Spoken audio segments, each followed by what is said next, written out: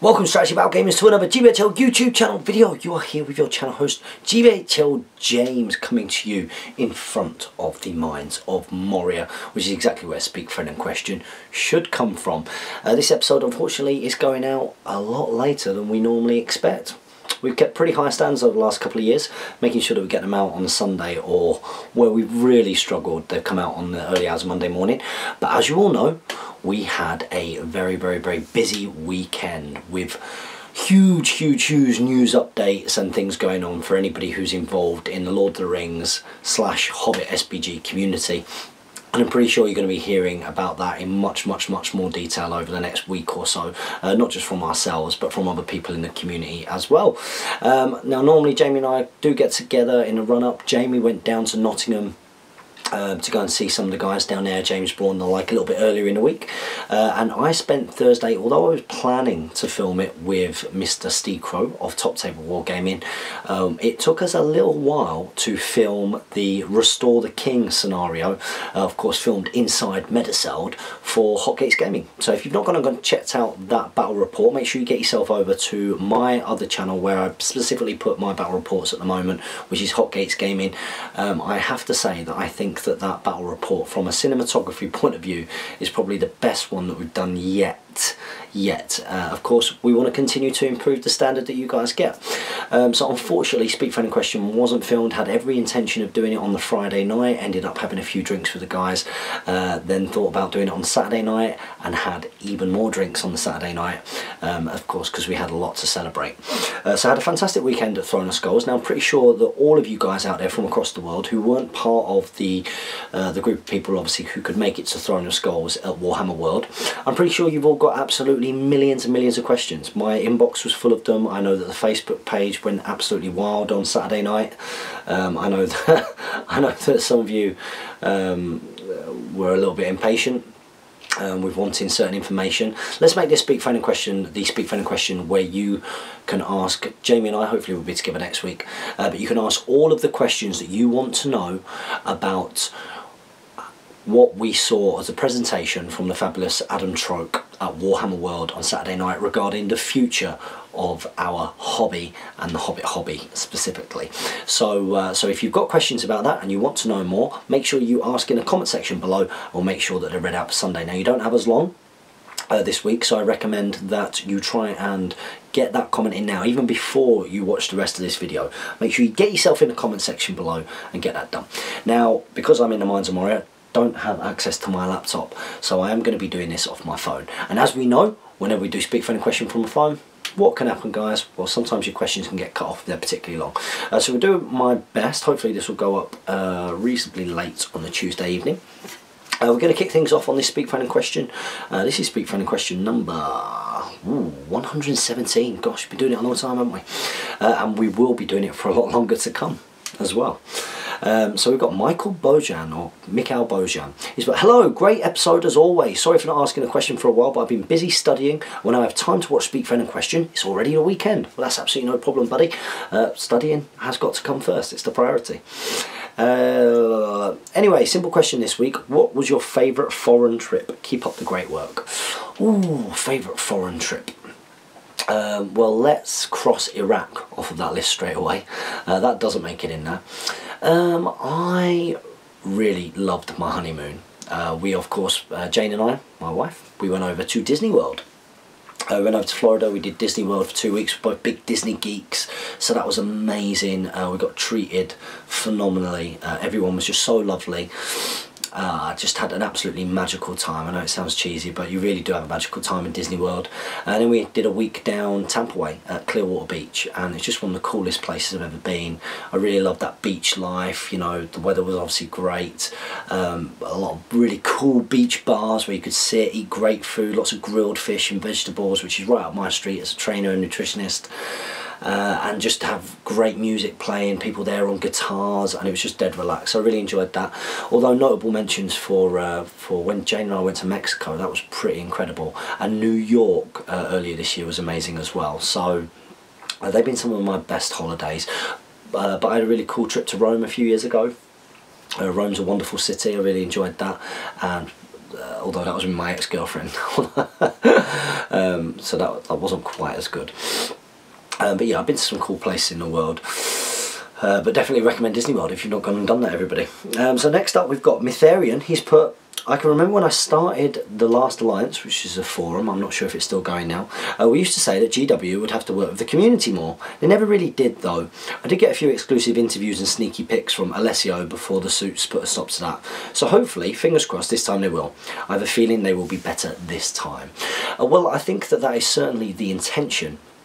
Games Workshop, of course, over the last few years has had a bit of a bad rap for not engaging with the community, but I think, as Jamie and I discussed in the last Speak Friend question, that needs to change. And from my own conversations with certain people involved in taking Middle-earth forwards, is that certainly seems to be the absolute intention.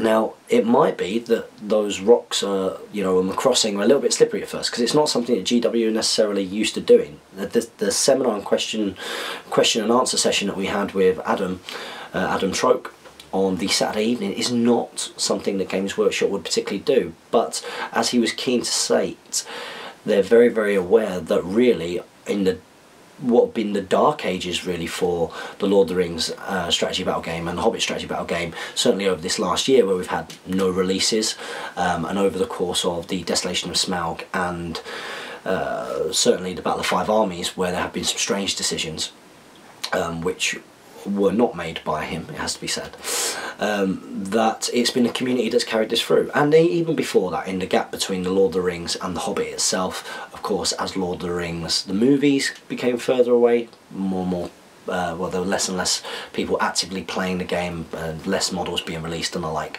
So there is that kind of huge recognition for how much the community has done.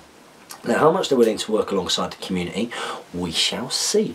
I expect that we shall see them working alongside the community. I'm certainly talking to them, and if you were excited about their presence and the things that were going on at Throne of Skulls, then I think you've certainly got a lot to look forward to later this year. There were a couple of questions about sort of would they engage more with the likes of the YouTube channel.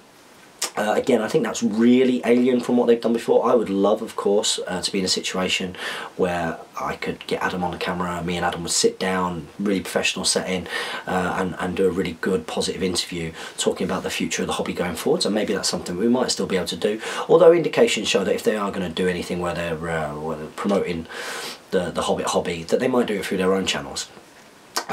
But I certainly would love to work with them doing that, and I know that they are very impressed and very excited with regards to Ardacon in October. Of course, if you don't know about Ardacon, where have you been? Of course, it sold out 120 tickets in its first week on sale. This is Ardacon SBG International, which is a 3-day event in Manchester where we've got teams coming from across the world. I have just put 24 more tickets on sale, and that was just last night, and already we've sold 10 of them, I think, something like that. They're already going, so we'd already sold 14 spectator tickets, so it looks like we're going to be getting over 150 for certain, so that's pretty incredible. And I know that the team across GW, whether it's the new Middle-earth staff or whether it's the events team or even people higher up, are very, very, very keen to make sure that this kind of endeavour from the community succeeds. So it's where we can work together for that. That will be really, really interesting. So yes, I do have a feeling it will be better this time. Of course, it's a two-way street, but I think that if both parties want it to work, it will work, and I'm really excited for the future of the hobby. So next up, we've got King Boneseye. He's put, how many points are dwellers? Please do not reference me to the Facebook page. I'm not on Facebook doing some. Well, unfortunately, one thing that we can't do is just randomly give out points values on request, because what it can do is it can negate, this is going to sound like an awful answer, it can negate the need to go out there and purchase a source book. Now, I'm not one of those though that will just turn around and go read your source book, or go get Moria and Angmar, which is what the dwellers are in. So if you do have your Moria and Angmar source book, you can go and check them out. But what I will point you to is one of our videos where we discuss about this in a little bit more detail, and that would be our Moria and Angmar week, specifically when we talk about the monsters and the like. So if you go and check out that series of videos on Speak Friend Question, well, it's not Speak Friend Question, but on our GBHL podcast, then of course you'll hear us talking about it. We won't always directly reference the points. We don't want to be an alternative to source books, and I guess I can give you a really exciting piece of news, which is that the old source books are being reprinted. Now, we discussed this a few weeks ago. Somebody asked the question, what would you do if you were in GW's position? And the first thing I said was, well, as a suggested community, let's do a reprint of the old books.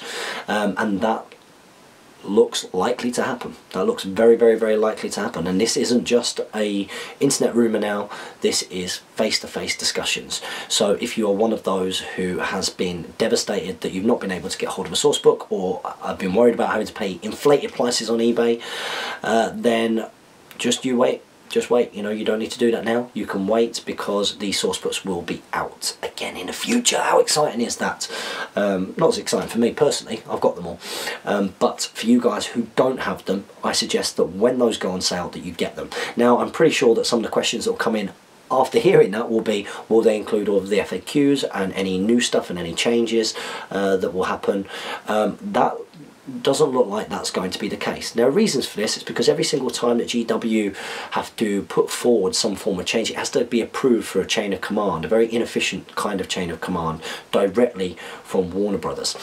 So that means that for every single one of those that go through, it can add an extra month onto the expected time of arrival for the product. So this is something that you can bear in mind, and these are actual facts, by the way, everyone. You're getting actual facts from things that were discussed on the Saturday evening. So they will be the old source books, but they will be printed. So I do suggest that you guys get yourself ready to get those purchased as soon as they come out. So yeah, in answer to your question, sourcebook's coming out. If you don't have Moria and Angmar, it will come out. Make sure you get hold of that. But in the meantime, go and check out our Moria and Angmar week that Jamie and I do. So next up, we have got Duncan MC. You put, hope this is in time. Well, it is in time purely for the fact that we haven't managed to get Speak Friend and Question out on Sunday. So I'm doing this late on Tuesday evening. I appreciate Throne of Skulls throws things into whack. Yeah, it certainly did. How important is the order in which heroic actions are called when it comes to Gothmog's Master of Battle special rule? The rules as written suggest it doesn't matter if Gothmog declares first or second, so long as an enemy hero within 6 calls a heroic action, he gets his for free. But if he declares first, he has to commit the might, so if he is countered, he may not get it back. Hope you can provide some clarity. Yeah, I mean, if Gothmog declares, so for example, let's do it. So Gothmog is in a combat and Gothmog declares a heroic combat. He spends that point of might to do that. At that point, if it's countered, he doesn't then get that back for free. In his situation, he'll only get that point if an enemy hero within 6 inches of him first caused the heroic action, and then he can respond and get it for free. So I hope that clears it up a little bit. I think that's what you're asking. So I hope that helps Duncan MC. Thank you very much. Next up we got Electius. He's put, JB was correct with my name. Thiege is pronounced somewhat the same as T plus ice. Ah, right, okay, Tice, and is short for Matthias. Matthias is the same as Matthew, or Matteo, French, or Matthias, Latin. De Jong is translated as the young and pronounced practically the same. Well, thank you very much for that. We really do appreciate it when you guys from across the world correct us and let us know exactly how to say your names, because Speak Friend Question is all about getting to know you guys and you guys getting to know us. So we want to say your names correctly. So back to Middle Earth. We organise 4 to 5 tournaments or events with the Rotterdam White Scars a year. I love those guys. Got some very good cool dice from them as well. For about 30 of the 150 members, but we never have organised a Hobbit event. I know, shame, shame, shame. We try to be a social and friendly gaming club. We always do double events to get newcomers in with veterans, and also because it consumes less space for more people at the location. So now we got the discussion going within the Rotterdam White Scars event group about a Hobbit tournament in September to get active practice to gather momentum before Ardacon. Yeah, I thoroughly suggest that. I cannot believe how crazy this event is going to be. It's going to completely soak up a huge amount of my time over the next few months, but I could not be more excited. I really couldn't. I think that if you're coming to that event, I really hope that that I don't let you down. I want people to come there with a huge amount of positivity, in a huge spirit of taking this game forward. If you're negative, just do one. This is all about positivity going forwards, you know, so I want a bunch of people there who really want to just show off just how far we have come as a community and everything that we've got to celebrate as lovers of Lord of the Rings, Middle Earth, and strategy battle game going forwards. And remember, it's not just a tournament event. So yeah, you can come there to play tournaments, and it doesn't matter whether you're coming to be competitive or to have fun. There's something for everybody. There are 3 different tournaments, but it's not all about that. There's tons of other things going on as well. And again, if you missed out coming to Throne of Skulls, then maybe Ardacon is a definite for you guys to attend later this year. That's all I can say. That's all I'm going to say. But let's keep our fingers crossed, huh? Okay, so you put, what would be the must-have do's or don'ts for a Hobbit SBG tournament, particularly the dilemma between single, double amount of games and what types of scenarios? And then your question is cut off. Well, thank you very much for that, ToS de Jong. I really appreciate the question as always. Okay, so what would be the do's and don'ts? Well, I think if it's the first time that you're running an event, I would say don't overcomplicate it. Don't overextend yourself with the points level, because then that can bring all kinds of issues with timings. I would say don't do dice down. Hobbit SBG does not lend itself to dice down situations. Do finish your turn that you're on. Make sure that you allow as much time as possible for the games where possible. Obviously, if you can allow games to come to a natural conclusion, that's great, and do ensure that you give enough breaks in between. Try and also make sure that there is a huge social side of it. I would say you might maybe do one custom scenario but playtest it beforehand, but I would say on the whole try and stick, especially with the initial one, to scenarios that you know, so you don't overcomplicate it for yourself, and just try and make sure everyone's having a good time. Remember, ultimately that's what everyone's there for, to be entertained and to enjoy themselves, so make sure you cater for that. And if you can make a social thing of it, do. Maybe getting some cool prizes is a good thing to do. But yeah, I would also say, you know, just try and remember that you're hosting a fun event. You know, don't shout at people and you know, make people feel uncomfortable in any kind of way.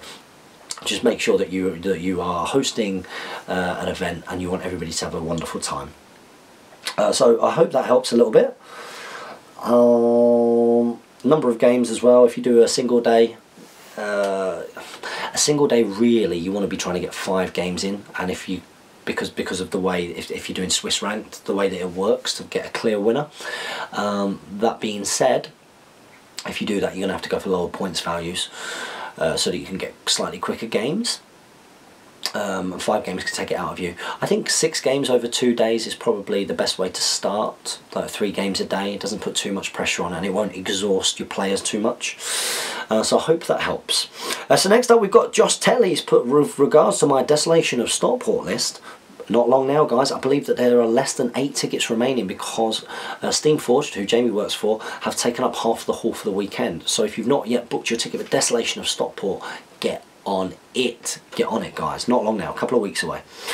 I was thinking of bringing Young Dwarling as one of my heroes for theme. As there was no profile for the young version, I'm presuming you would use the normal Thorin's Company one. Yes, that's correct. In his listed war gear he carries a 2-handed weapon, but obviously this is not apparent on the Young Dwarling model. Would it be acceptable to have the 2-handed weapon at Desolation of Stockport, despite him not having one modelled onto the young version?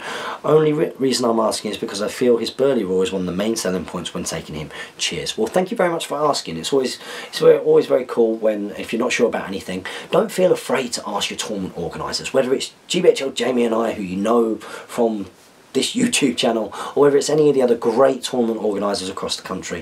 If you're ever unsure about anything, send them a message, because we're here to help you. We want you to come to these events and to engage in the community. I would say that's perfectly, absolutely fine. That's absolutely fine at our tournament, and it probably will be for most, I have to say. So thank you very much for asking the question. Next up we've got Matthew Zamet. He's put, hi guys, great to see you two back together. Well, not this week for obvious reasons. Jamie and I are actually in Salute next week as well. So we will do our best to get together. I would say that this is going out on Tuesday night. If you want to ask questions about everything that was talked about Throne of Skulls and more, make sure you ask the question before Friday morning. I would say get on it now. The moment you see this video, get on it now. Who do you reckon is the better of the two when considering how effective they'd be for their army list? Galadrim Knights from the Lothlorien list, or the new Finecast Mirkwood Knights, Thranduil's Halls? Cheers, Matthew. I would say almost certainly the Galadrim Knights. So I know they're a little bit more expensive, but they're slightly higher defence. The defence 5, aren't they? Whereas the Mirkwood Knights are only 4. I think the Galadriel Knights take it all round, all day long. I think, have they got extra movement as well? Are they faster? Have I got that wrong? Have they got 12-inch movement, or is it just going through woods? I can't fully remember. But Mirkwood Knights don't seem to have a ton going for them. You know, they're a defence for Elven cavalry. They've not got any kind of lances or anything, I don't think. So Galadriel Knights, I would say, are better. So I hope that helps, Matthew. Although I'm not a specialist in that type of Elven cavalry. Rivendell Knights, cool. I'm much better than both, but with those two I've not really seen enough of them to be able to comment, although a lot of people rate Galadriel. So next up we've got Bryce Campbell. He's put, sorry for all the noob questions, still need to be re-educated. Listen, don't any of you ever apologise for asking a question on Speak Friend and Question, or feel nervous about asking a question on any of the forums on which you'll find myself or any other GBHL hosts or the like, or members of the community. You know, if you ever feel that anybody shuts down your question, then trust me, they are in the wrong, and they are also in the minority. We are all here to help and support each other, and no question is a stupid question. If you don't know the question, then we're here to answer. And even if that question is us directing you to where you need to go, you know, we'll be doing that in a positive way and hopefully helping you along the way as well. So don't ever apologise for noob questions. We want new people, so we want to encourage you to ask questions where you can and feel like you can as well. So yes, you have put yes, and I forgot to put captains for Minas Tirith in place of my Knights of Dol Amroth. They don't have to have names. What is a good army to put with Minas Tirith, and what is a good army to put with Uruk-hai warriors? Living in the USA, hope I can make it to England so I can play you, James. Well, that would be amazing. Maybe you should contact DCHL Devin and see if you can make it over this October. That would be amazing. I'd love to play you. Always looking for opponents, especially for Hotcakes Gaming going forward. Always looking for people to come and get involved in adventures in Arda. So yeah, if you ever want to do that, make sure you email hotcakesgaming@gmail.com. Although hopefully soon I will be doing a few more back on the GBHL podcast again. Because it's been a little while. It's been a little while, hasn't it? So a good army to put with Minas Tirith. Well, where Minas Tirith tends to fall down a little bit, it's got pretty cheap heroes across the board. It's also got a couple of really good, powerful heroes, but lack of strength 4 can be a little bit of a problem, and also the Fight 3 Gondorian, you know, isn't fantastic, and you want to really see more of those types of lists where you see the bulk being the troops, rather than it just being, you know, spamming your elites and your Fountain Court Guard and the like. I mean, I still personally think that Gondorians, you know, they're Númenórean blood, they should be fight value 4. But my personal opinion is a little bit of a rescaling of fight value would be a great thing. So I think a good thing to put with Gondor are actually things that can help that. So I think when you talk about fight value, it's very easy to sort of say elves, but elves tend to lack the punch when it comes to wounding, with all the strength 3 and the like. So you want a fight 4 army that has strength 4. So actually dwarves aren't the worst thing in the world for hardening that battle line, to be perfectly honest. That's not the worst thing in the world. And of course they're going to be tough nut to crack, but then you look at it and you think, well, okay, is that the best kind of theme? And I actually think when you think about Rohan and you want to go for theme, I think going for, of course, dipping into the fiefdoms, for decent cavalry in Swan Knights of Dol Amroth, and also for decent fight 4 troops in the Axemen and Losnark. Yeah, they're lower defence, but they can pack a punch and they're good fight 4 spear support. I'm not sure why those guys from the mountains are fight 4 or Gondorians are fight 3. That's a bit of an example of what I was talking about before. So going that way is a good idea for fiefdoms, but I also think that coupling them up with the Rohan could be quite good. Rohan's going to add a bit of extra shooting. Rohan heroes are reasonably cheap as well and bring a relatively good amount of cheap mites to the table. Erkenbrand, of course, is fabulous and adds anything to any force. of +2 courage across the board is going to help that army, or any army really. But not just that. If you can use that cavalry to knock things down, and if you can make sure that cavalry is fight 4 by bringing Erkenbrand, then that's really going to help your force. So those are some of the things that I would think about for that. And as for Uruk-hai are actually pretty strong, a strong army. I would say that if you're going to couple them with another evil army, I mean, you could say you could bring in Mordor, so you can bring in more Uruk-hai that benefit off of the Uruk-hai shaman. So you could say Blackguard of Barad-dûr isn't a bad idea for a very elite kind of army. That's strength 5, defense 6. So those kind of things, I think that could work reasonably well. Some people do like to bring just cheap orc spear support, just so you get those extra, that extra kind of cheaper support. So you can bulk out your army a little bit, bulk out your front line. That's not a bad way to go, and you don't see it that often. So I hope that helps there, my friend. Next up, we got Anur Sibasi. He's put, "Hi guys, hope you're well." Yes, I am very much. Slightly tired after the weekend of Throne of Skulls, but absolutely buzzing about all the news going forward, as you guys should be as well. So lots to look forward to. I always paint while listening to Speak Friend Question. Hey, that's what we're here for. And when Jamie pronounced my name, well, let's just say, the birds of yore return to Erebor. Brilliant, good to hear. In all honesty though, that was really good, Jamie. 10 victory points there. Well, he's actually pretty good at pronouncing things. I think he's quite good at languages generally. I think he speaks German, and I think that, of course, if you speak German, then that can help you quite a lot in all kind of European languages, particularly Northern European. But he has a knack for being able to pronounce things correctly. So yeah, hats off to you, Jamie.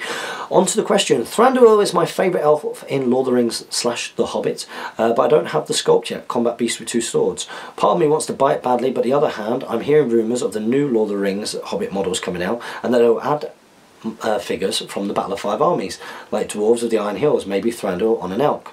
I'm gonna... okay, so you're worried about buying... Well, I have to say, first of all, don't hesitate from buying the current Thranduil if you like that model. I would just go and get it. It's a wonderful model, both the foot and the mounted model. And if you want to create a great looking elk, then you can contact Steve of Top Table Wargaming and Dave Fredericks, because Dave Fredericks Shadow and Flame does like an antlers pack, and Steve Crow could always put together and do a conversion for you if he's still taking those on. So maybe that's something that you would like. I think it's a wonderful model. I wouldn't hesitate from that. In terms of rumours for things coming out, well, I'm not going to tell you specifically in this video some of the things that were discussed on Saturday night, out of respect for the fact that we were all privy to that conversation. I know some of you will kick off, but that's just the way it is. But I want you to think what would be the things that would make most sense coming out next that we didn't see. And I think that gives the game away, doesn't it? Those are the things we're going to see. Whether that will include a new Thranduil or not, no idea. Absolutely no idea. And you put, I'm going to sin and ask a follow-up question. Well, that's never sinning, in my opinion. Do you think I should wait for the new possible Battle of the 5 Armies releases? And what were your first impressions of the sculpt, and would you recommend it Thranduil on foot, mounted on horse? Cheers and have a great day. My first impressions, I was a bit like, ooh, that's a bit... I wasn't too keen, but it was mainly because I think the paint jobs for a lot of the Hobbit models were not fantastic. No offence to the guys who did them, but they didn't really sell the models. The model itself, now that I've got it, is really cool, so I would go out and get that. Absolutely, 100% for certain. I was devastated when I melted my foot model, and as a result I couldn't take Mirkwood Rangers to Throne of Skulls, which was a shame, but I did get to take another cool list. I don't think you should wait for new possible releases. I think you should go out and get that if you like it, and then just see what happens. Whether we'll get a new Thranduil or not, I think a Thranduil on elk would make sense, and things making sense seems to be the way that the guys at GW are thinking about this. So live in hope. But if you like the new the latest model, go and get that anyway. Next up we've got Nathan Dodson. He's put, hey guys, just wondering about what sort of profiles are in the main Games Workshop Hobbit book. Is it all of the Lord of the Rings as well, or is it just the Hobbit? It's just the Hobbit, The Unexpected Journey. So what you find in the Hobbit main rulebook is all of the profiles that were released during Unexpected Journey. So you have Thorin's Company, you have Rivendell Knights, you have some of the, you have things like Grimhammers and Warriors of Erebor, you have some of the Eagles, you have the White Council and the like. So that gives you a bit of an idea of that. Then for the evil side, it's mostly the Goblin Town stuff, and in Gollum, the 3 Trolls, Azog, and Hunter Orcs and the like, and Fell Wargs. So those are the profiles that you'll find in the main Hobbit rulebook. Next up, we've got my journey partner, who you will see in the journey vlog that I did for Throne of Skulls. That's something for you guys to look forward to. Hopefully I'll put that up tomorrow. So you should get quite a lot of content from me over the next few weeks. It's Aquathon 39, Mr. Ryan Ratchford. Thank you for being such a pleasant car journey companion. It was lovely driving down there and getting to know you a little bit better, matey. And it's a shame that you're 17 and couldn't come out of us, because we had a good night on Saturday night. But might be late in this week's comment, but I just remembered... but at least I remember better than the last few weeks. I've just finished my army of 77 goblins and packed my bags. Very excited for Throne of Skulls. What are you most looking forward to the weekend? Well, I was most looking forward to seeing everyone and catching up with the people, because I've not got to see everyone as much this year. And also putting on the table my Rise of Rohan, What News from the Mark, and I was really looking forward to hopefully playing against Uruk Scout Army, and I was lucky I came up against a few Uruk-hai armies, but particularly Dan Huckvale's Scout Army was an incredible game, and you'll see that in the hobby vlog. Just what a gent. He made that game awesome, you know. And it didn't need to be if he'd wanted to be competitive and win the game, which he could have done. But it was incredible, and I really wanted to see that on the table. And some of you might have seen on the Facebook group, I put a picture up of that scene of the Rohirrim. Some of you were like, please let this be the actual battle, how it's set up. No, it wasn't. That was before the game. I'm sorry to disappoint you. The game itself didn't quite look like that. But yeah, that was really cool. So I was looking forward to those things in particular. I'd like to say congratulations, Mr. Ryan Ratchford, because you of course won for the evil category for the most victory points gained, which was incredible. So you got the Defiler title, which is brilliant. So congratulations to you, mate, and I look forward to seeing you at Desolation of Stockport. Next up we've got Matt Patterson. He's like, hey guys, sucks that the videos for Throne of Skulls isn't going ahead at this stage, but I think it'd be cool if you, James or Jamie could do a review video afterwards and keep us updated on any epic news from GW on the new game studios. Thanks as always, guys. Yeah, well, the thing that made that a little bit more difficult is, one, that there isn't really any filming allowed in Warhammer World, and you've got to respect their wishes, you know what I mean? It's their venue. If I said no one could come and film at Ardacon and someone had a camera and that was the rules, I'd be a little bit miffed. You know, whether we agree with that rule or not is an entirely different thing. But and I did manage to film some sort of journey vlog stuff. But right at the very start of that seminar, it was made very clear to us. I remember this was late at night. This after we had 4 games. I was eating at the time. During that, just at the start of that seminar, it was explicitly asked of us not to record anything, not to dictaphone anything, not to take any pictures, because there were certain things that we were being shown, which it's not because of Games Workshop. I don't necessarily want that in the public domain, but it's because the license that they have with Warner Brothers means that cannot be released into the public domain yet. So we were all being very, very respectful of that. Now, I took a shed load of notes, like absolutely loads, and you know, I think I gave a post afterwards, which some people kicked off on. You know, and I'm very, I have to admit, I'm very disappointed about that, because I gave a huge clue in that post. I mean, I was saying, look, everybody, be excited. We've had some great news. I wasn't going to sit there and type it all out word for word, which I don't believe anybody has done yet, exactly what had happened. One, because we still wanted to have that conversation with Adam about, you know, what we were going to be able to sort of put out there, what he would like us to be a little bit more respectful with, because ultimately we want to work with them. And the like, but not just that, I wanted everybody to know that it was good news, because people were posting up outside of that post saying, you know, what news, what's happening, so I wanted everybody to know that there is really good news. There's no better time to support the Hobbit hobby, and I think I gave the biggest hints that I possibly could have done about where the future of the game is going with my hashtag, which was hashtag MESBG. I think that's a big clue. So yeah, we weren't able to do that, and then at that point the quiz was on straight away afterwards. We were all having a drink, you know, it's late and we all were going out into town, and you know, remember, this isn't our job. We don't get paid to do this. We are fans, and we do this and talk to you guys and support the hobby out of choice. We're not employees of GW. So we went and enjoyed the fact that we were all together, and then have since all had that discussion with Mr. Troke and others about, you know, what kind of things we can talk about. And I think that the news deserves a some good videos on it. You know, again, hopefully this gets you all excited, but it deserves more than just putting up a Facebook post. You know, it really does. It deserves a video talking about it and communicating it to you guys in a way that it deserves to be communicated, so none of it can be misinterpreted, and it's informative, and it follows that I took a bunch of notes, you know, about the talk, so it really deserves that. And remember, you know, this is going to be the talking subject of the Palantir when it next comes out, almost certainly. You know, there's no way those guys aren't going to talk about this as the main subject. You're going to get a couple of hours of that to get your teeth stuck into.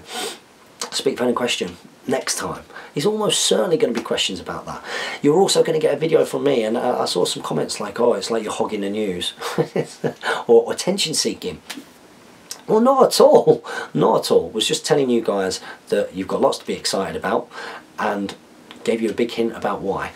And you know, we are a YouTube channel, so why wouldn't we make video content doing that? I don't know why I'm explaining myself, but why wouldn't we, you know, use the news that we've got to take that elsewhere? You know, we're not your Facebook reporters, we're a YouTube channel, so we want to use this medium to communicate that to you guys, and hopefully produce some great content for you all to watch while you're doing your painting. So I'm sorry if people were disappointed that we didn't come up with reports and sort of, you know, give you a dictaphone or go straight out afterwards. It was because we were being respectful, and also because we believe that the news really deserves to be communicated the best possible way. Some of you might disagree with that, some of you may not, but that is just where we are. So expect lots of content soon, along with that good news. So thanks for that, Matt Patterson. Next up we've got Callum Dees. But thanks guys, funnily enough, watching this video got me back out of my hobby rut. That's great news. Back into it with some Outriders again. Outriders are lovely models. Can't wait to repaint mine. After I completely repainted my Riders and finished Night at the Pelennor, I think that the Outriders may be coming next. That'll be cool. This week's question: have either of you guys ever been to Edinburgh or anywhere else in Scotland? As a Scot, it's interesting to see how you guys feel about it up here. Well, I've never been to Edinburgh. I really want to go to Edinburgh, but I've never been. But I've been to Scotland a few times. My first trip up to Scotland was when I first joined the TA when I was 17. So my brother, who was ex-army, he'd gone and joined the TA in Manchester, and I just quit college, so I decided to go and join the TA. For those of you who don't know what TA is, it's basically the reserves, the army reserves. And I think they called me, it was before I'd even done any of my training, they called me thinking that I was Kingsman Clark, my brother, not recruit Clark, and invited me up to Gairlochhead to take part in a bit of a walk. And we didn't realise until we arrived there at 2 o'clock in the morning that the next morning we'd be waking up and going and doing a 2-day 57-mile march, which my brother and me ended up coming second in, which was amazing. So that was my first time up there. Beautiful, absolutely stunning. The weather was crazy. The first day, I think every single time I've been to Scotland, I've had extremes of weather. Every time, I've never had anything in the middle. I've had it's been beautiful, like hotter and warmer and sunnier and more blue skies than anywhere I've ever been in the UK. And then I've also had the opposite side where it's been completely biblical weather and the rain has hammered it down. Beautiful country though, love the people. Obviously we go up to Stirling. We go up to Stirling to the Scouring of Stirlingshire, which is a tremendous tournament run by the Stirling Wargamers, David Reed, Chris Murphy and co at Common Ground Games, and we always have a wonderful time up there. It's one of my favourite tournaments. I love the people, love the tournaments. I love Stirling as well. Stirling's good. Last time I went there I had a really cool night. So yeah, I do love Scotland. Never been to Edinburgh though. I would love to go. And I know that Jamie loves it up there as well. Every time that he goes up a bit earlier with James Braund. And they go round and they do a lot of the touristy kind of stuff, like they go to the castles and things. So yeah, Scotland, great country. I'm glad that we remain together, I have to say. Because you guys bring a lot to the table.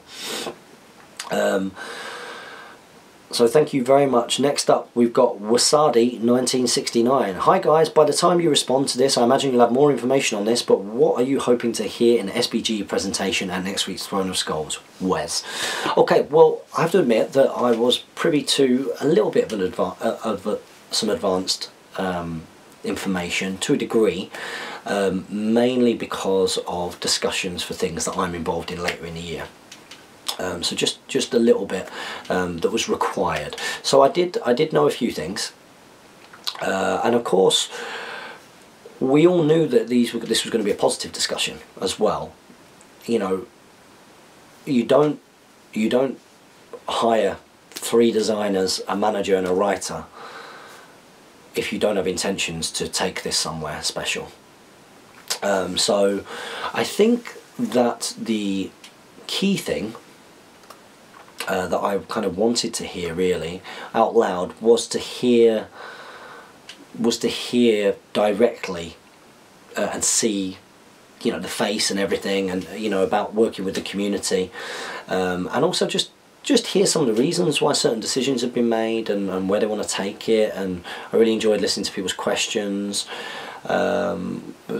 Felt very lucky that we got a sneak peek of what is likely to be one of the first releases. It was good to hear about some things which are going to be redone, the fact that it isn't just going to abandon other elements. It was also really interesting to hear, because remember, the internet's a really crazy place. You know, I know this because I run YouTube channels, you know, and been on forums and things. You know, there is always wild speculation. You always get a bunch of people who think they know what they're talking about, and it's completely unfounded. And it was just really nice to actually hear the real reasons why certain things have happened or not happened, straight from the horse's mouth. You know. And some people have been wildly wrong, others have been a lot closer. So that was really nice. I have to say that that's what I was kind of looking forward to, and then having my own conversations as well. So yeah, and I think everybody was impressed. Everybody left that seminar, went into the questionnaire feeling pretty buzzing. I think it went very, very well, and I expect that that's not the last that we'll hear from Mr. Adam Troke as we take our strategy battle game forwards. So there we go. So yeah, that was us. Next up we got Andreas, the Norwegian Viking. Hello Andreas. He's like, haha, Batman versus Legolas movie. Do you realise that Warner Brothers had a part in making The Hobbit? And what studio made Batfleck versus Supes? Dawn of Justice? Warner Brothers. Let's write letters, everybody. Let's make it happen. Batman versus Legolas. Who would win? I'm still going for Batman, I have to say. I'm still going for Batman. David Whittaker, good to see you at the weekend as well, buddy. So glad the Leggy versus Bats debate is still going. I explicitly stated Christopher Nolan's Batman, who I believe would get his bum handed to him by Leggy, as he's pretty useless. No, he's not. He's awesome. Michael Keaton might struggle since his bat suit meant he couldn't move his head, but it looks like Affleck's Batman could destroy Leggy. Yeah, apparently so. He's a bit of a beast. It's not particularly great reviews though, that movie. So we'll have to see. And next up we've got Philip Curran. He's put, at James, I bought myself a pair of new runners and they are fantastic, lightweight and springy, and I've already noticed the difference in my old trainers when out running. Great news. Now to my question for this week, which is an unholy blend of Lord of the Rings and fitness. If both of you were to join the ranks of the 3 hunters, how long do you think you could keep pace with them until they left you in the dust? Ooh. Well, I'm not going to speak for Jamie. I'm pretty sure that he would agree that, you know, he's not... fitness isn't his priority, I think is the best way of saying it. That's, and admittedly from his point of view, although he's a strong lad, you know, he's really strong. I remember the first time I showed him the gym and he came in and he, you know, he did some deadlift stuff, and yeah, he's a strong guy. I think he used to keep some weights by the side of his bed and do some little bits and pieces. But for myself, well, I used to, after I dislocated my shoulder the first time, in fact probably my type of fitness from joining the army, and sort of going through all of that side of things and being in the military, and then the type of fitness I was involved in after that, and military fitness is all about being able to travel distance with weight over time relentlessly. I mean, I did a 100-kilometre race down on the South Downs, you know, a few years ago, which was awful. It was really hard, but you know, we ran most of that, so I think that I would stay with them. I think I would. I think I would stay with them, even though they're mythical. Although I have to say that in some of the clips they do look like they're running pretty fast. I would have to work out what the distances are, and the distances and time, and then I'd be able to tell you accurately. If anybody can come in and tell me the distance and time it takes them as they're tracking over that, I'll be able to tell you whether I would have been able to keep up with them. Now, would I be able to keep up with them now? Now that's a different question, because my training is very different. Now I'm very much focused on sort of bulking up and being a bit of a bigger dude. You know, I am no longer 13 and a half stone. I'm now 16 and a half stone. So that gives you a little bit of an idea, and happy being bigger as well. So I think that fitness wise I probably wouldn't be an endurance athlete as much these days, not without a good amount of training. But very good question, so thank you very much, Philip, and good luck with all of the running. Next up we've got King Bones Eyes. But if I was going to stop at my list, would be this first warband, a Balrog into Killer King. This would know no fear. If I for some reason got the points wrong and it's 600 points, I'll bring a Balrog with Dwellers. No, I think it is a 400 point tournament.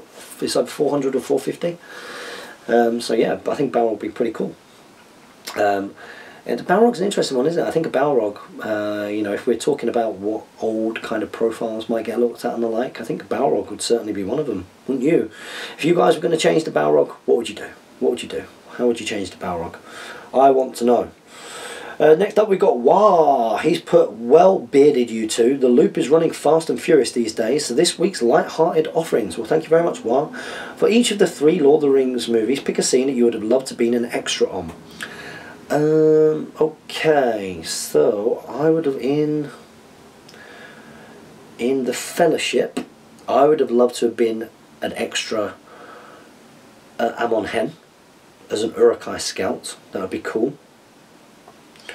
In The Two Towers, I would have loved to have been one of the Rohirrim on horses when they meet the 3 hunters, and possibly when they charge the Uruk-hai at Helm's Deep. I would want to be a rider, not one of these infantry Rohan at Helm's Deep. And of course it's got to be Pelennor Fields, it's got to be that charge. I would definitely want to be one of the Riders of Rohan charging the armies of Mordor. In that's what I would go for. You put, pick a character, not actor, but the actual character that would be a smashing drinking partner from any of the 6 movies. Ooh, a smashing drinking partner. Well, this is difficult because I've realised, you know, I need someone who can rein me in. I don't really drink that much anymore, and when I do, I seem to sort of go back to behaviour like when I was back in the army, which is, I'm a grown-up now, you know. I would probably need someone who could keep me grounded. I mean, I probably want someone who could talk about interesting things. Gandalf would be quite good. I think Gandalf could probably talk to you for a long time as a drinking buddy. I think that some of the Rohirrim might be a little bit too serious for me. I don't know. You know, you would think that that would kind of be my natural thing. I'm gonna go for Gandalf. I'm gonna go for Gandalf. Don't ask me why. Everyone loves Gandalf. It'd be like having a drink with my granddad. That's what it'd be like. I don't like having a drink with my granddad. He's a legend. You put, as always, great work, fellows, and counting down the days to Ardacon. Well, I don't know if I mentioned it in this video already, but I'm gonna have over 150. Not many tickets left. So if you're watching this now, get yourself over onto the Element Games page and get a ticket bought, because I put another 24 on and they're already going, and I've got loads of messages to my inbox, people going, oh, I get paid like a week away, and I'm not going to be able to get it till next month, can you save tickets? And got lots and lots of people asking for favours and the like. I'm sorry, I just can't do it. Too much money involved booking this hotel for me to do favours. I'm really sorry. So so yeah, lots to look forward to Ardacon. Next up we got Wartman RP. It sounds like you could done a double post here, but I'll read this anyway. Sorry for the double post. Wanted to ask a question for next week too, so here it is. I've been working on a blog project to paint and play my way through the 3 GW journey books. I have highs and lows in productivity with some long gaps in the past. Recently I've been pretty good I've been keeping a pretty good schedule of painting. I want to grow my audience and I know I need more interesting content to do that. Playing games is hard due to family obligations, though that might change. I live pretty close to my local GW. So what might be some other types of content I could put in my blog, other than painting and limited lore discussions? You guys seem to be pretty good at it. Thanks. P.S. The blog can be seen at, and here we go, this is this week's The Scouring of the Internet. It's foraysinmiddle-earth.blogspot.com. So if you're watching this and you love Middle-earth, go and check out Wartman RP's blog. Well, yeah, if you're doing painting stuff, that's always cool, doing techniques and the like. People also like conversion things to talk about, creating cool scenes. Battle reports are always cool, discussing elements of the rules that you like, don't like, how to play, tactics, that side of things are always pretty cool as well. If you're into the hobby side of it, alternate painting schemes, theorising army lists, these are always quite cool things. Inventing scenarios, that's always a good idea. Let's hope that gives you a few little ideas there, buddy. Next up we've got Martin Smith. How are we getting on? Ooh, 50 minutes already. He's put, hi guys, hope this finds you well. No worries about the answer last week. Thanks for the touristy suggestions. Was worth asking about gaming clubs though. Think that a film about Barlin's attempt to retake Moria would be great, but we shall wait to see if anything comes from these rumours of another film in the future. Well, let's keep our fingers crossed. Anyway, on to the Sacrifice to Loop this week. Where do you see yourself in a year's time? What in your own hobby do you hope to achieve? Well, my own hobby goals this year really are to ensure that, of course, as ever, that we continue the Desolation of Stockport brand.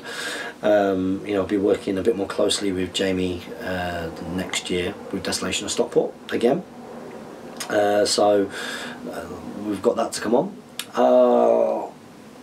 I mean, for me, for myself, obviously my big focuses this year are ensuring that Hotcakes Gaming keeps on improving in content, because ultimately, you know, that's the way that I directly get rewarded for any of the YouTube content that I produce. So it's in my interest to make sure that the standard and quality of that keeps on going up. Of course, I support my Hobbit hobby as well, which is why I'm here still with the GBHL podcast. I put an awful lot of hours into this place and absolutely love what has been built as a result, and so I want to continue for this to improve as well. Hopefully you like the new setting. I want to keep improving that standard. Remember, that is a big part of my hobby now. My hobby is as much the YouTube content and making videos as anything else, and I want to keep on improving with that. And that's not just with the Hobbit hobby, it has to be said. You know, I do want to explore and check out some other systems and expand, you know, forays into that market, because remember as well, that's a really good way of getting other people to see the Hobbit SBG.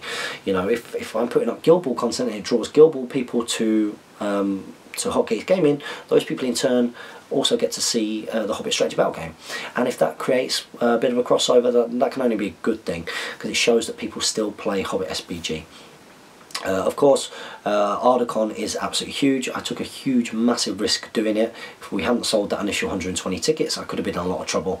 So bring on selling out the next bunch, and trying to make sure that it really is an event that everybody wants to happen every single year. Not just from a tournament perspective, but all of the things that are going to be going on around the event and the stuff that I've got organised for you all.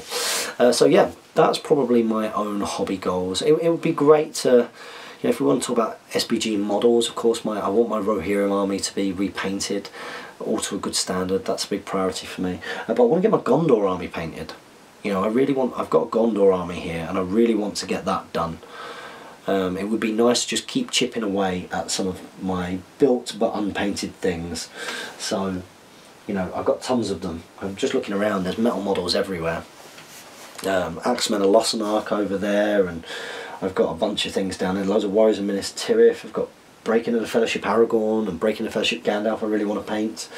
There's some of the Grey Company models there.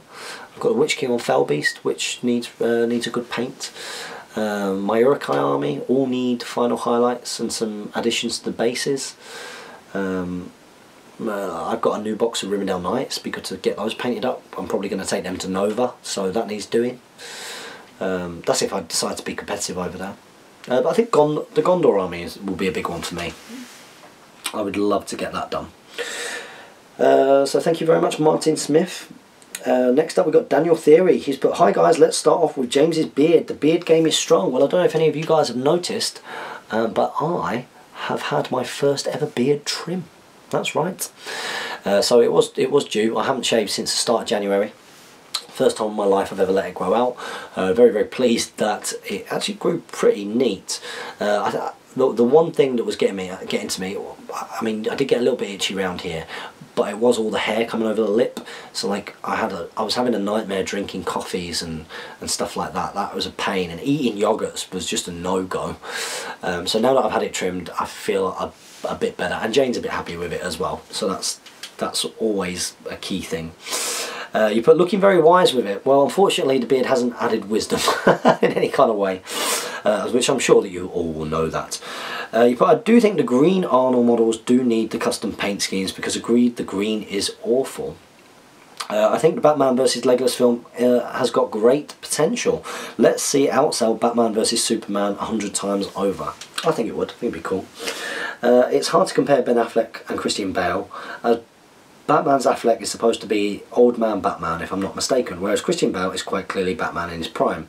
Questions: what was the one, and yes, you must choose just one, the one model that you went out and got without any hesitation? Short but sweet. I know when I saw Boromir of the White Tower, I went out and got it on the day of its release. Great content, guys.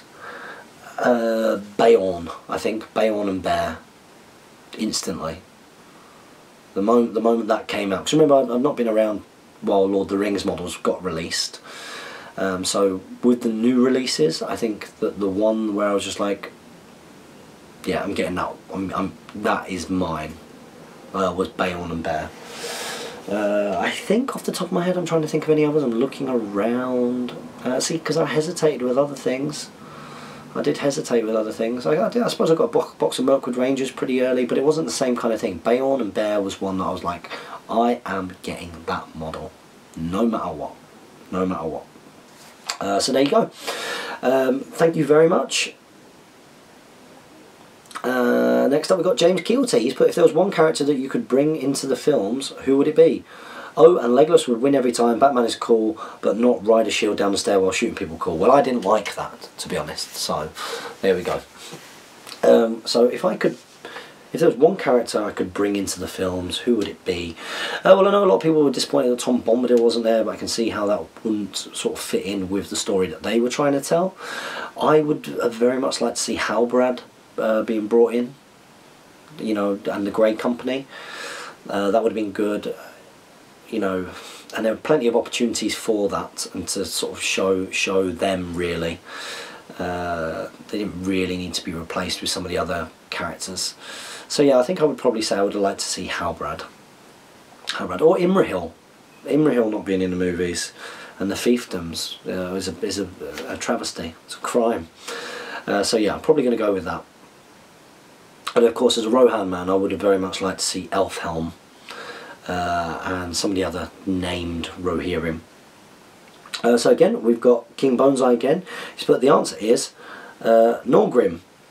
Thank you very much. I think that was what is the elven name for the dwarves. Now that you've written that, I know that, but I didn't know off memory. So thank you very much. This week's question is, where was Anduril forged? And this is from Durin's son.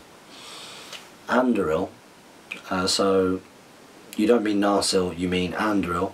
Well, I'm guessing Anduril was forged at Rivendell, because that's where it was kept, and didn't Elrond forge it? That's what I'm going to say. That's going to be my answer. I'm probably wrong. Next up we've got Wartman RP again. He's put RE the resurgence of SBG. I think the one reason might be is that it's one of the few games GW has that feels like they used to.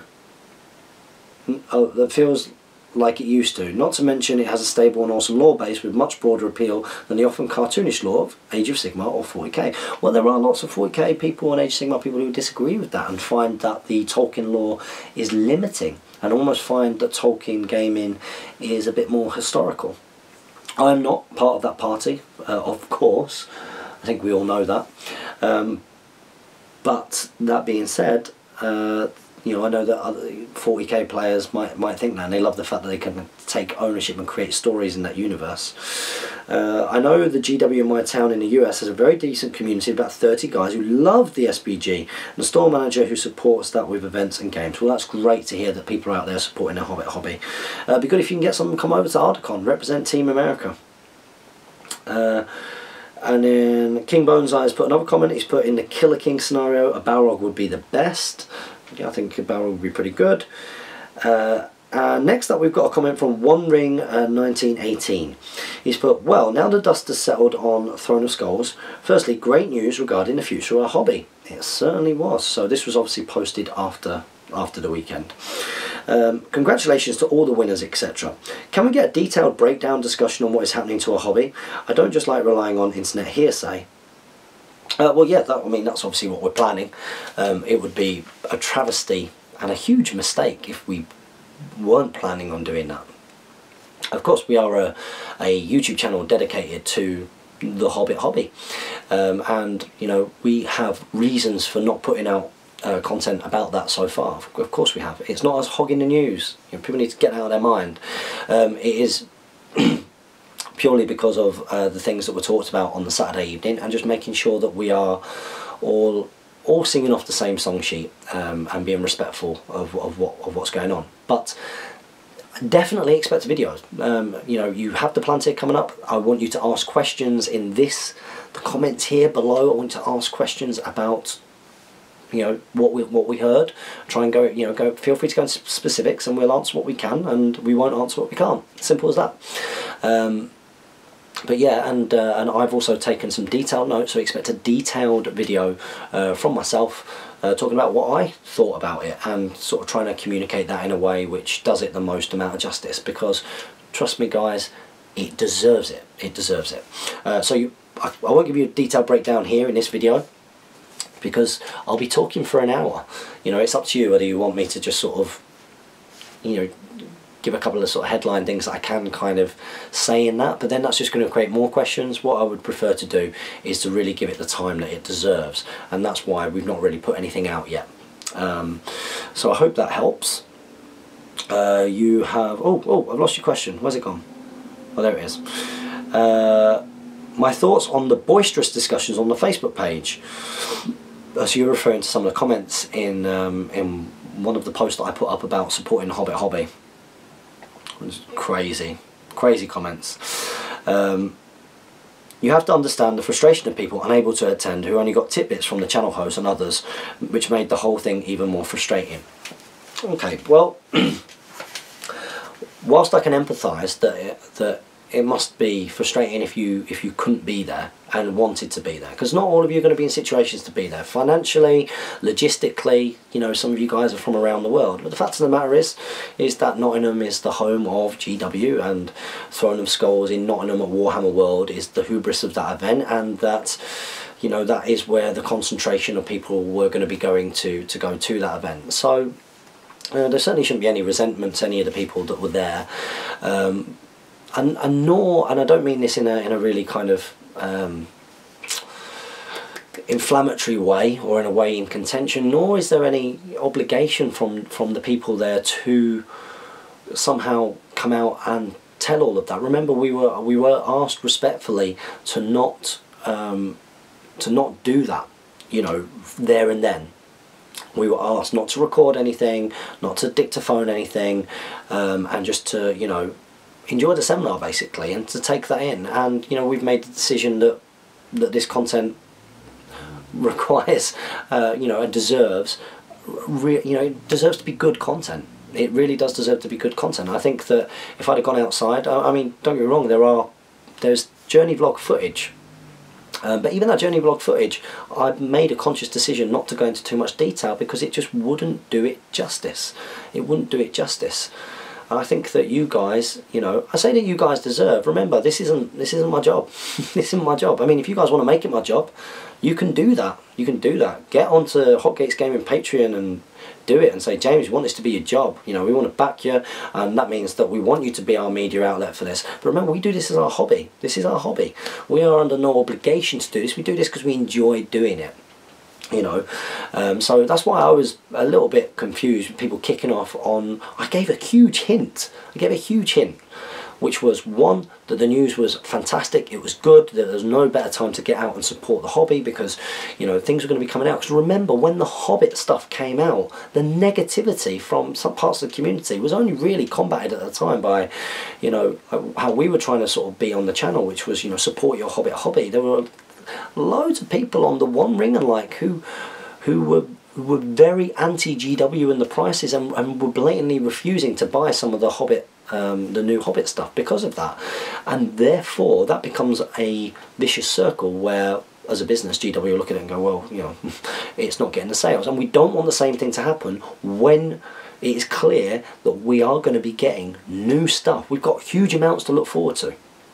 So when this happens, it's important that we are all on the same song sheet and are supporting Hobby. And if somebody doesn't want to do that, that's fine, but don't, you know, there's no point putting negativity in there. Just don't be involved. Just don't buy the stuff. You know, that's the key thing. So, I mean, my main point is that, you know, it's not my... I want to make sure that the content that I get out there is going to be great, and it's not me being unempathetic or disrespectful or anything because I didn't immediately afterwards go out and put a video up at that moment. You know, as I explained, I was enjoying my quiz, I was eating some dinner, you know, and there were people who were getting on me for it. So yeah, while I can understand your frustrations, honestly lads, I don't think I deserved that. So so I think enough of that kind of behaviour, certainly. So where's the rest of your question?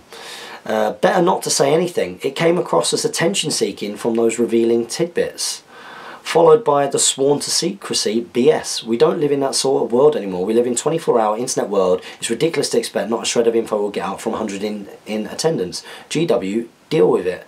Well,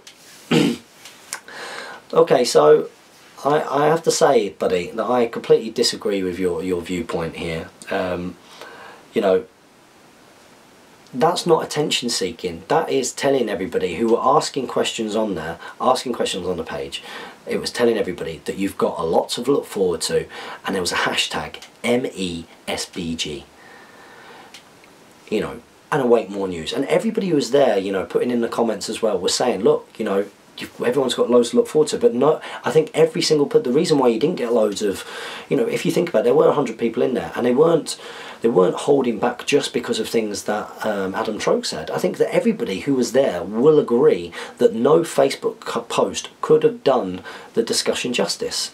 It could not have done it justice.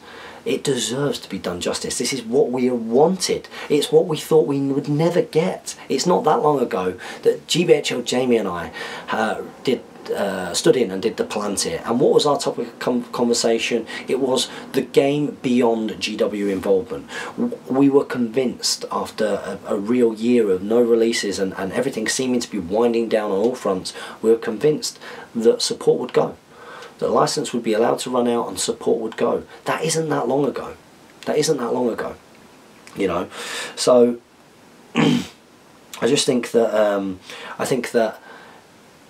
everybody knows that everybody who was there recognised that and was respectful of the fact that we are sort of going on this journey together, and didn't want to just go up there and just put a couple of things.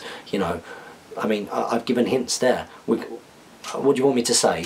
I can sum it up for you if you want. You know, the game is going to continue. It's going to be supported. There are going to be new books released. There are going to be old books re-released. There are going to be old models redone potentially. There will be old profiles looked at potentially. There'll be new profiles coming out. There'll be new models for those. There you go. Now, if I'd have put that in there, would that have made you happy? Would that have done it justice? Well, you know, it's stuff that you kind of already maybe knew and that other people can do. So that's my point regarding that. I'm not a huge fan of you know, having a go at people who really don't owe you anything in that sense. You know, we don't. We do this because we love doing it, and if you don't want to get on a positivity wagon and you don't want to watch it, you don't want to follow what we do, or you don't want to get behind our posts or anything, don't. You know, but if you do, then come on board with positivity, you know, get on board with the program. So yeah, probably a boisterous response from me, but I don't, you know, I don't really appreciate that. And then finally, I'm glad that we don't end on that note. Finally, we've got Brad Thy Hipster. But hello once again. My question for this week is a review of a 1,000-point army of Gundabad at the Battle of 5 Armies with added filth. So you've got leader, Gundabad Orc Captain, with Gundabad Orcs with spear and shield. You've got that 3 warbands for. Then you've got Hunter Orc Captain with 9 Hunter Orcs, 3 with 2-handed weapons. You've got Hunter Orc with a war horn, and then you've got 2 Mordor Orc Shamans, a Mordor Troll Chieftain, and a Mordor Orc Taskmaster. Everything that is Mordor Morana will be converted to look Gundabadi. What do you guys think? I think it offers something different to an auto-include of Azog and Bolg, and it shows the true image of the Battle of the 5 Armies fighting on a large plain. I think it looked really cool on the table. I think that's a kind of cool thing that we want to see on the table, especially if you've done the conversions. I think that it's pretty clear that most of the channel hosts aren't huge fans of things like shamans and the like being brought in, you know, but I guess if you want to try and make that army a bit more competitive, I mean, it's not a broken army. You've got a pretty decent leader. I'm guessing your Troll Chieftain will be your leader. Oh no, your leader's a Gundabad Orc Captain. Okay, so your Mordor Troll Chieftain's there just to smash stuff up. Taskmaster's obviously good. You've got tons of troops. Yeah, I think it'd be cool. I'd love to see a picture of that. So wow, this Speak Friend question has gone on for 1 hour and 10 minutes. It's coming up towards midnight now, so I'd better get off and start uploading this, because although this isn't my job, as I was saying to previous dude, of course I enjoy communicating with you guys and getting the content out there, and please don't think that I think I'm arguing with you if I disagree with your point. I just think that we've all got so much to look forward to that it would be a real shame if people started getting negative, like from the off. You know, trust me, the things that were talked about, so much to look forward to, and if you disagree, then why are you here? You know, I am really looking forward to watching the Plantier when I'm sure the topic will be done a huge amount of justice. I'm looking forward to hearing questions from you guys below, because that'll be easier as well. So like, what are the kind of things you would like to hear? And I'm also looking forward to going through my notes, putting them in a really sort of a sensible kind of order, and delivering a video myself which I think will do the subject credit, which is community, the future is Middle-earth strategy battle game. And with that, I'm going to sign off. You've been here with your host GBHL James for another Speak Friend question. Looking forward to question. Make sure you answer your question, ask your questions in the comments below, and try and do it as soon as possible so we can get them in for Sunday. Jamie and I are going to salute, so it will be a little bit tougher this week. So you need to get them in quick. Don't forget to support your Hobbit hobby. Make sure you like our Facebook page and that you follow us on Twitter. Very important that you do that, and that you support your Hobbit host by checking the links in the video description below. Remember, if you want to support myself and the content that I make, go and check out Hotcakes Gaming YouTube channel for the Adventures in Arda Hobbit SBG series, and particularly check out the Patreon for that as well. That is ultimately how you guys can pay me to provide the content that you want me to provide. And as ever, everybody, one thing left to say: happy strategy battle gaming.